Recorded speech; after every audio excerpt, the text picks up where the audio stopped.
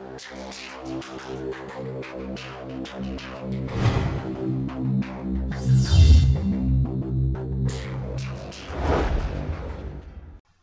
আলাইকুম। আশা করি সবাই ভালো আছেন। আজকে আপনাদের সামনে উপস্থিত হয়েছি বিসিএস বা অন্যান্য বিভিন্ন ধরনের প্রতিযোগিতামূলক পরীক্ষায় অনেক সময় কবি সাহিত্যিকদের নাম, উপাধি, ছদ্মনাম এগুলো থেকে প্রশ্ন আসে। তো সেই বিষয়গুলোই আমি আজকে আপনাদের সামনে তুলে ধরছি, যে কবি সাহিত্যিকদের নাম, উপাধি, ছদ্মনাম যেগুলো আমাদের পরীক্ষায় বেশি পরিমাণে আসে। শুরু করি আমরা। তো দেখুন, প্রথম কলামে আমরা প্রকৃত নাম, দ্বিতীয় কলামে আমরা উপাধি আর ছদ্মনাম। সবার যে উপাধি থাকলে ছদ্মনাম থাকবে বিষয়টা এরকম না। এই জন্যই কিন্তু আমরা এই কলাম বাই কলাম ভাগ করে নিয়েছি। প্রথমে দেখি আমরা বাহারাম খান, এটা হচ্ছে ওনার প্রকৃত নাম, আর ওনার উপাধি হচ্ছে দৌলত উজির। দৌলত উজির আপনারা যে কোনো ধরনের পরীক্ষায় গেলে দেখবেন এই দৌলত উজির খান বা বাহারাম খান নিয়ে কিন্তু অনেকগুলো কোশ্চেন আছে। বিশেষ করে মধ্যযুগের সাহিত্য কিন্তু অনেক ভূমিকা রাখে উনি। ভারতচন্দ্র বা অনেক ভরতচন্দ্র, যাই হোক, ভারতচন্দ্র দেখেছি আমি। রায় গুণাকর হচ্ছে ওনার উপাধি। বিহারী লাল ওনার উপাধি হচ্ছে ভোরের পাখি। আব্দুল করিম সাহিত্য বিশারদ নামে উনি পরিচিত। ঈশ্বরচন্দ্র ওনার উপাধি হচ্ছে বিদ্যাসাগর। বিদ্যাসাগর কিন্তু ওনার নাম না, আর ওনার ছদ্মনাম হচ্ছে কস্যচিৎ উপযুক্ত ভাইপো। এখন এই নামগুলো কেন, বা এই নামগুলো কেন ছদ্মনাম হিসাবে ব্যবহার করেছেন, সেগুলো নিয়ে আমরা পরবর্তীতে আরেকটা ক্লাস টিউটোরিয়াল দিব, যে কেন এই ছদ্মনামগুলো ব্যবহার করেছেন। ঈশ্বরচন্দ্র গুপ্ত, যিনি যুগ সন্ধিক্ষণের কবি নামে পরিচিত। শরৎচন্দ্র, অনিলা দেবী ছিল ওনার উপাধি। শরৎচন্দ্র চট্টোপাধ্যায়, অনিলা দেবী ছিল ওনার ছদ্মনাম, সরি, অনিলা দেবী ছিল ওনার ছদ্মনাম। কেন?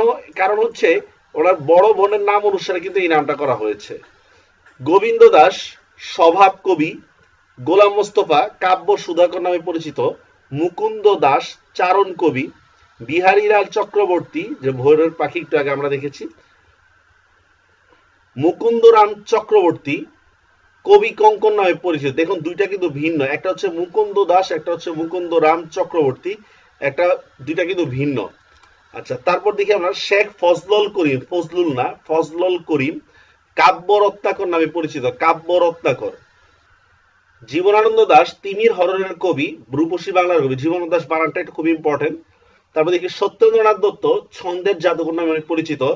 ইসমাইল হোসেন সিরাজি স্বপ্নাতুর কবি নামে পরিচিত। বিষ্ণু দে মার্ক্সবাদী কবি। নুরুন্নেসা খাতুন সাহিত্য সরস্বতী, বা আরেকটা ওনার উপাধি হচ্ছে বিদ্যা বিনোদিনী। নজিবুর রহমান সাহিত্য রত্ন। সুধীন্দ্রনাথ দত্ত ক্লাসিক কবি। মোজাম্মেল হক শান্তিপুরের কবি। আলাওল কবিগুরু মহাকবি। যতীন্দ্রনাথ বাগচি দুঃখবাদের কবি। শ্রীকর নন্দী কবীন্দ্র পরমেশ্বর। তবে এটা নিয়ে কিন্তু বিতর্ক রয়েছে। অনেকের মতে হচ্ছে শ্রীকর নন্দী ও কবীন্দ্র পরমেশ্বর আলাদা, আবার অনেকের মতে হচ্ছে শ্রীকর নন্দী ও কবীন্দ্র পরমেশ্বর একই ব্যক্তি। আমরা একইটা এখানে তুলে ধরলাম। সুভাষ মুখোপাধ্যায় পদাতিকের কবি। ফররুখ আহমদ, আহমদ না আহমদ, মুসলিম রেনেসার কবি। বিদ্যাপতি মিথিলার কবি বা পদাবলীর কবি। আচ্ছা, রামনারায়ণ তর্করত্ন। ডক্টর মুহম্মদ শহীদুল্লাহ মুহম্মদ ভাষাবিজ্ঞান নামে পরিচিত। সুকান্ত ভট্টাচার্য কিশোর কবি। হেমচন্দ্র বাংলার মিল্টন। আল মাহমুদ মায়াবী পর্দার কবি। রবীন্দ্রনাথ ঠাকুর বিশ্বকবি। বঙ্কিমচন্দ্র চট্টোপাধ্যায় সাহিত্য সম্রাট, ঋষি নামে ওনার উপাধি। কমলাকান্ত ছিল ওনার ছদ্মনাম। কাজী নজরুল ইসলাম বিদ্রোহী কবি, জাতীয় কবি। এছাড়াও আরো অনেক উপাধি রয়েছে ওনার। আর ওনার ছদ্মনাম ধূমকেতু। জসিম উদ্দিন, এই বানানের ক্ষেত্রে ইম্পর্টেন্ট, দেখুন ওনার এইভাবে লেখা হতো। পল্লী কবি, ওনার ছদ্মনাম জমির উদ্দিন মোল্লা। শামসুর রাহমান, রহমান না রাহমান, নাগরিক কবি, মজলুম আদিব নামে পরিচিত। ডক্টর মনিরুজ্জামান, উনি হায়াত মাহমুদ নামে পরিচিত।